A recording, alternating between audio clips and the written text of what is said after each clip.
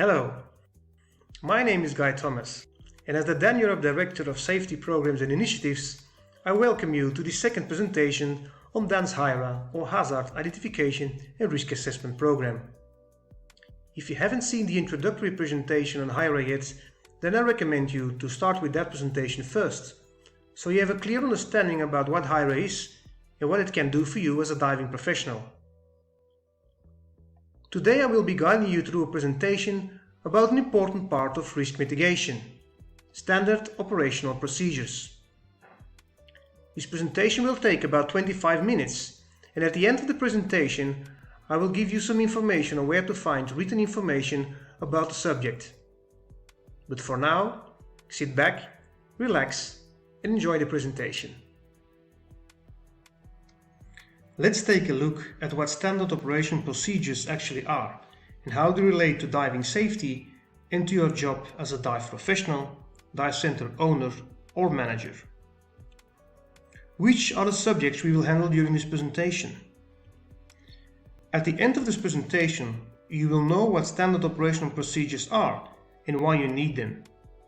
You will have a clear idea where to start and which typical tasks require SOPs. I will also explain how to prepare them and who develops and implements these procedures. Before we will actually look into SOPs, let us stop for a brief moment and look at emergency planning. Emergency planning is, in a few words, all kinds of planning one should do to be prepared in case of emergency, or steps that need to be done to avoid an emergency from happening in the first place. Clear procedures will help us in being prepared, and we can differentiate between two kinds of procedures. The first one, the real standard operation procedures, which are written documents which explain how to organize or do specific tasks, with the aim of creating a standardized and streamlined process. Here we mitigate the risk and try to avoid an accident from happening. The second type of procedures are emergency action plans, or EAPs. Also, these are written documents, but they explain how to act or react in case of an emergency. Here we mitigate the damage of potential events that could endanger people or an organization's ability to function safely. So there is a substantial difference between these two kinds of procedures. Here are some examples to show the difference between SOPs and EAPs. An SOP could address how to safely enter the water. These procedures would need to take into account your local dive operation and the possible risks which are present. Such a procedure could, for example, require to shut down the boat's propeller or engine before any divers enter the water. Another example is headcount procedures, or how do you check all divers are back ashore or on board to avoid divers getting lost without anybody noticing it? As always, how to organize and mitigate this risk will depend from your local situation. Examples of EAPs, on the contrary, are how to act in case of a propeller injury, or to link it to the example of SOPs I mentioned earlier, what your actions would be in case an accident happened, even if standard operation procedures were respected, or if for whatever reasons they were not respected. So what would you do in that case? As a second example of EAPs, and also linked to the second example of the SOPs I spoke about a minute ago, a lost diver plan. One of your divers or buddy teams did not show up at the agreed or within the expected time limit. What are the actions you need to take to increase chances of finding the missing diver or divers again? Now that we made a clear difference between SOPs and EAPs, let's see why we need procedures. Imagine you work in a dive center, school or club with 2 staff members, or you are an independent instructor and work with dive master or assistants, and you have 2 buddy teams that will join you on a boat dive. One staff member or assistant of yours tells the client he should get fully dressed before he enters the dive boat.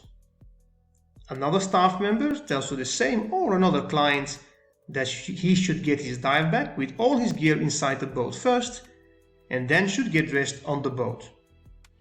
This would create confusion. Two staff members telling contradictory things to clients.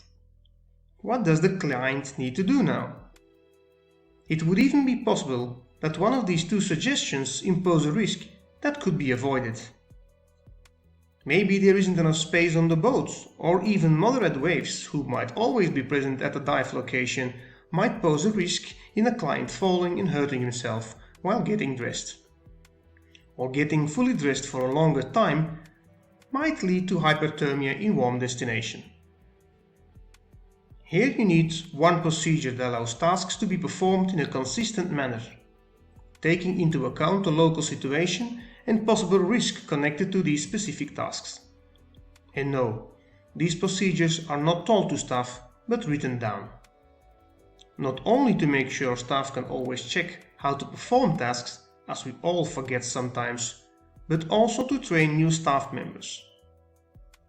Imagine you have one or more staff members and you can hand them over a set of clear guidelines and procedures that would help them not only in doing their job the way you want it to be done, but also to do this in a safe way. Many tasks can be done in a dive center. Are you sure you can tell them all by voice, not forgetting anything, and then hoping these new staff members to remember all you said? What would make you more comfortable and what would make them more comfortable? But it isn't about being comfortable. It's about being able to work in a safe way and protect clients, staff, your facilities, assets, and even the environment. Well thought of and implemented procedures will also reduce your liability risk. Imagine a diver getting hit by a propeller when entering the water. This diver probably will be severely injured. Now he claims you are responsible for the accident, as you didn't do all that was needed to avoid such accident. There will be an investigation.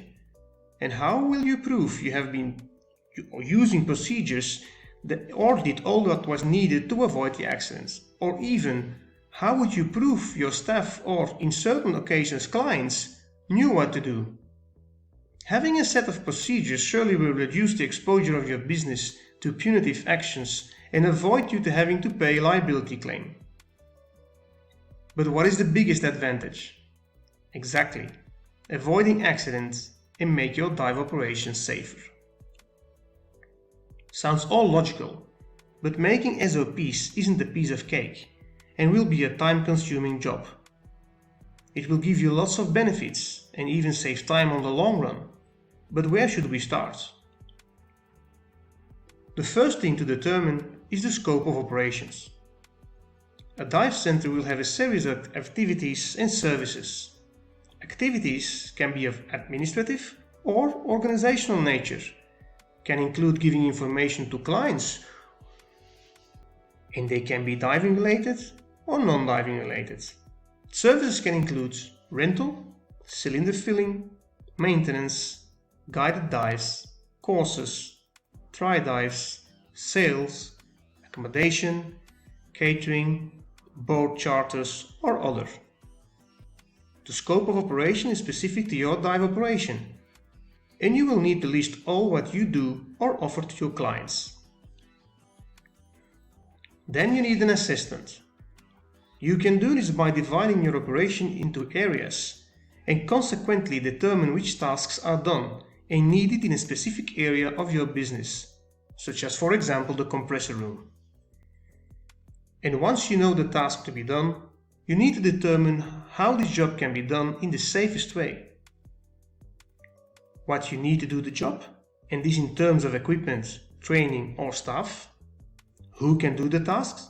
Is training or certification required? And finally, you should foresee what to do if there is a problem. To use the compressor room as example, one of the tasks would be filling cylinders, which is probably the main task in the compressor room. So how you want the cylinder to be filled? Cylinders immersed in water, secured against falling? What about the speed of filling from air banks or maximum filling pressure? And checking air quality? Well, if you want air quality to be checked, you need an analyzer. So must foresee in having one, and whoever fills the cylinder should know how the analyzer works. And the person filling the cylinder doesn't need to undergo specific training to do this operation. Is a specific certification needed? What if the compressor breaks? Is there an alternative or backup? Get this all written down in a document, short but clear. Most of these things might be in your head already. Once you've written SOPs, the job isn't over yet. You or somebody else will need to evaluate them to make sure they are not in conflict with other existing procedures. Should you write in one procedure that each divers need an SMB before he enters the water, you can't have another SOP saying that the use of an SMB is only recommended. You also want to make sure that they are in accordance with local regulations and safety standards. Then, you also need to evaluate if checklists or logs are needed. They are helpful for briefings, rental purposes, compressor filling, maintenance, or daily checks. You will also need to use your own experience or those of others who are specialized and experienced in performing some of the required tasks. And last but not least, remember that an SOP needs to be re-evaluated periodically, as they will change over time. To make your life easier, it is therefore recommended to date SOPs, so you always know when a document was updated last time. Now that you have an SOP, you are not there yet. These procedures need to be implemented in order to be effective. Make sure your staff is informed, and this includes providing orientation to them and making the needed documents and training available to those who are required to perform the tasks. It's highly recommended to have all your staff members sign for acknowledgement and to confirm they will respect the SOP. What you want is to be sure your staff knows what to do without improvisation. And in case there is any discussion, you will have a signed document so they can't say they did not know or were not aware of any SOP. Of course, you want your staff or assistants to respect procedures. This means that should they not respect them, you need to take corrective actions. Should they not respect them because they didn't understand them or are not able to perform required tasks, then you can provide learning opportunities. By staff respecting procedures and you taking corrective actions if needed, you also reduce legal consequences. Just imagine a staff member with a hearing loss after years of operating a compressor while not using personal protection materials.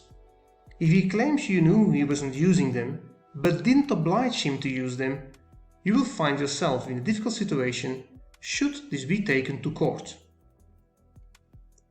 Enough said about how to get started.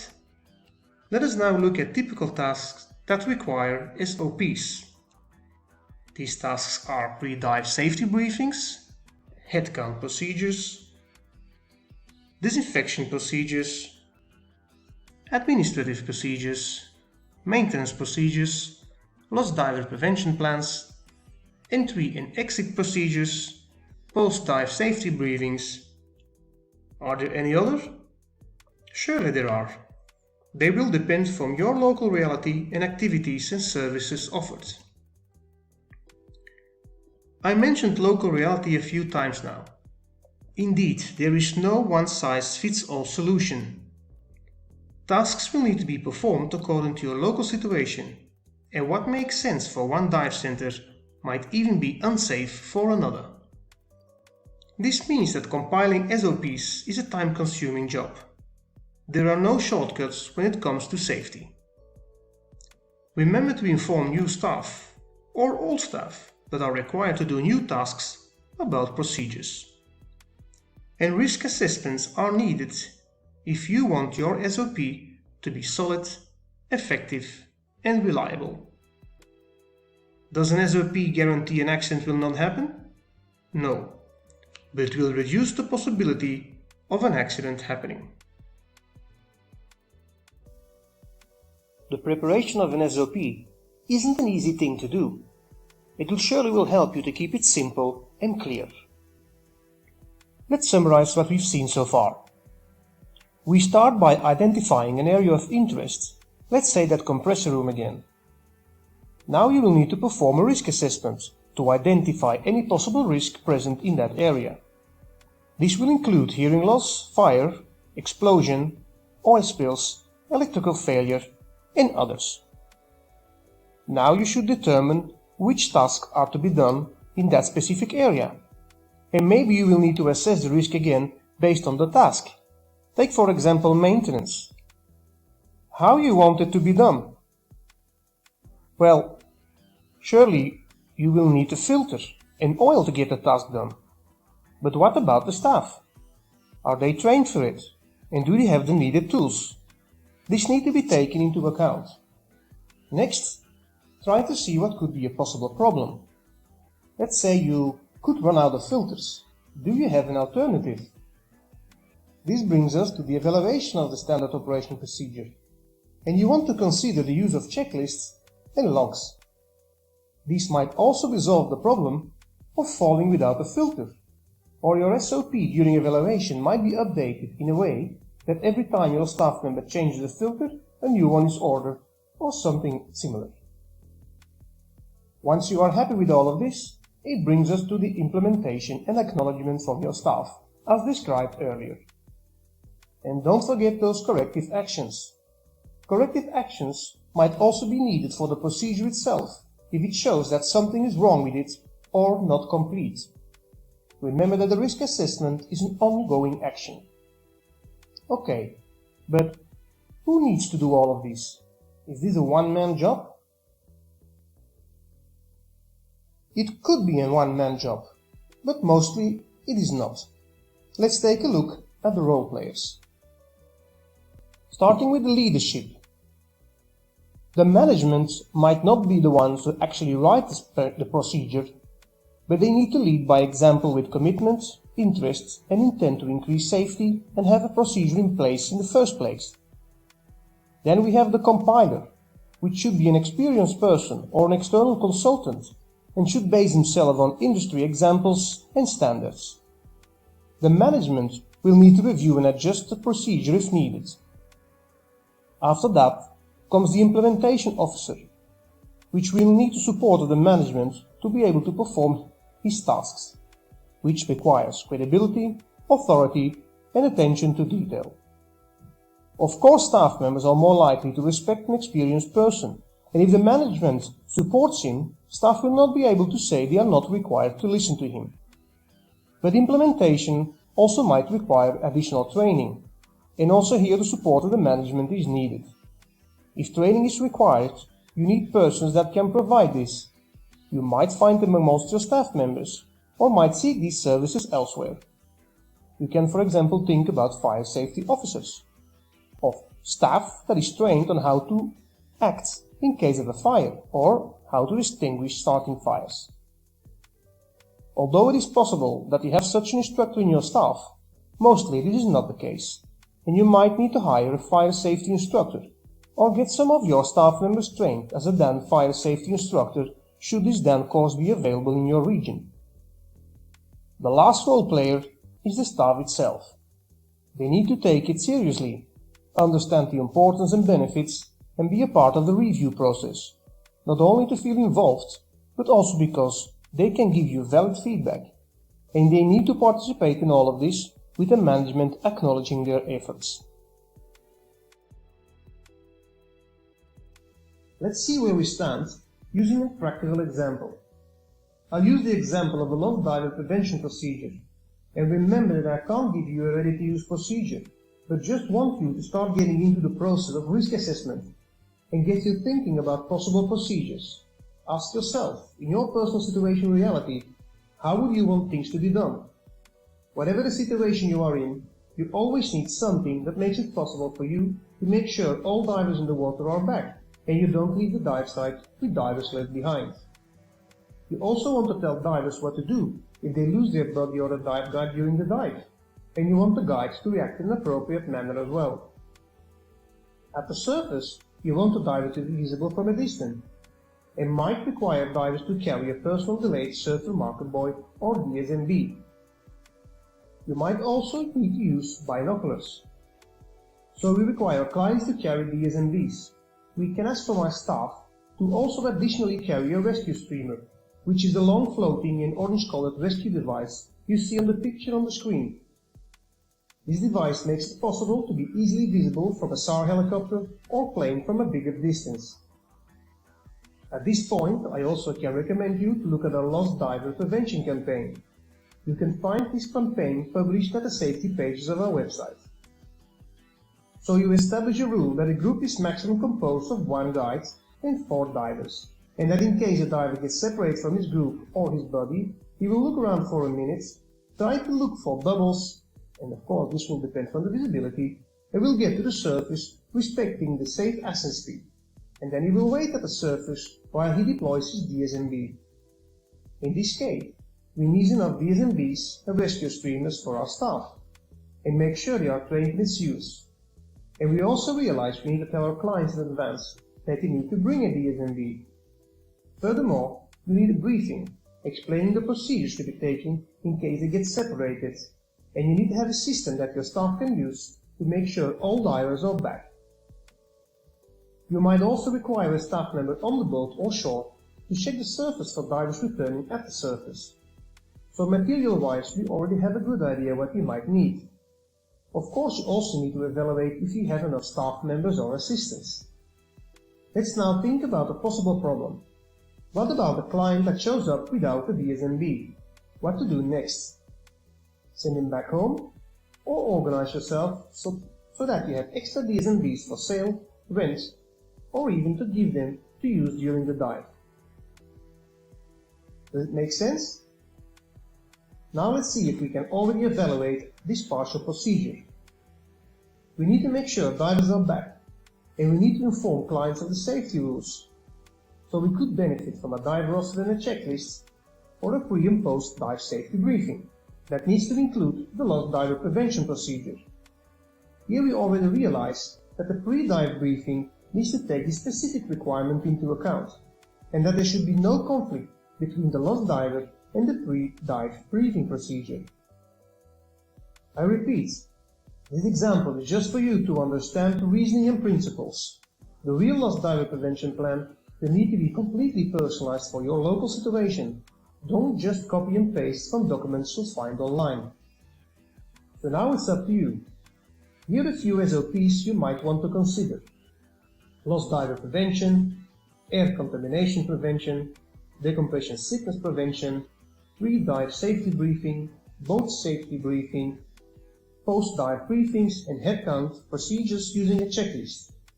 These last 3 are, by the way, a prerequisite for your higher level 1 certification, so you might want to start with these first.